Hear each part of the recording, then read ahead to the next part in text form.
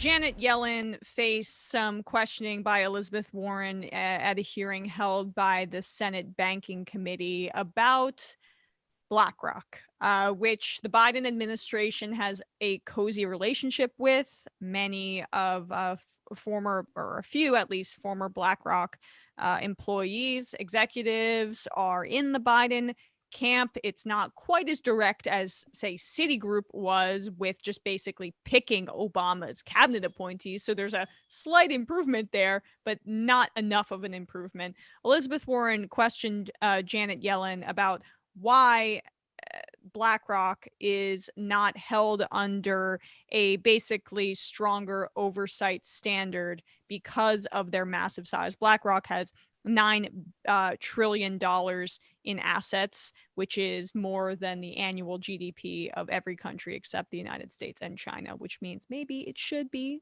held to a larger oversight standard. Let's take a listen. It's not obvious to me that designation is the correct tool to address. Well, no, wait just a minute. Designation is what gives the Fed its increased oversight power. Is that correct? Is that correct? Yes. And is BlackRock currently designated so that it receives that increased oversight? It isn't designated, but I think it's important to understand. So that means it is not receiving the increased oversight from the Fed. So my question is, are you currently looking at designation for companies like BlackRock, $9 trillion companies like this? Well, as I said, FSOC has looked at this issue in the past. I understand they've done it in the past. I'm not asking about what the last Secretary of the Treasury did. You are the head of FSOC now. The question I'm asking is whether or not FSOC is considering and looking at designation for these large financial institutions. Well, I think it's appropriate to designate institutions whose failure would pose a material risk to U.S. financial stability. And that's why I started my question with, does potentially a $9 trillion investment company pose some risk to the American economy if it should fail? Well, one needs to analyze what the risk is. An asset management company is very different than a bank. How do you analyze what the risk is if you're not actually doing the investigation through FSOC? Well, FSOC has undertaken such work in the past. And as I said, when it looked at asset managers, it issued a report outlining what it saw as some of the most significant risks from those industries. So I appreciate that they've done this in the past. Are you continuing that investigation now? Well, I'm just beginning a work program with FSOC, and certainly risk from asset management will be on the list.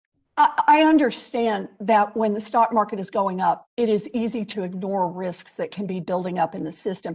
That was the mindset of the regulators that led up to the 2008 crash. So what's fascinating about that is what Janet Yellen is hinging her lack of designation on is the fact that BlackRock is not specifically designated as a bank, but under the Dodd-Frank Act, which is already threadbare, but one of the regulations that it put in place is that special scrutiny for banks is put in place when the bank has over $50 billion in assets. CNN Business writes, BlackRock has 180 times that amount of assets. So it doesn't have that too big to fail designation, but because it's not specifically a bank, Janet Yellen isn't looking at that.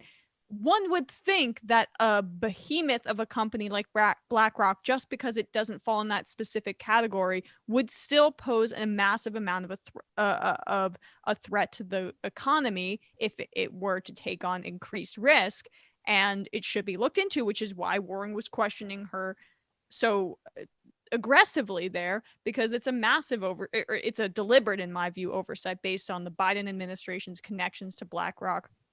And the fact that BlackRock has dipped its toe into basically all of the major companies in the world, and is I think certainly too big to fail.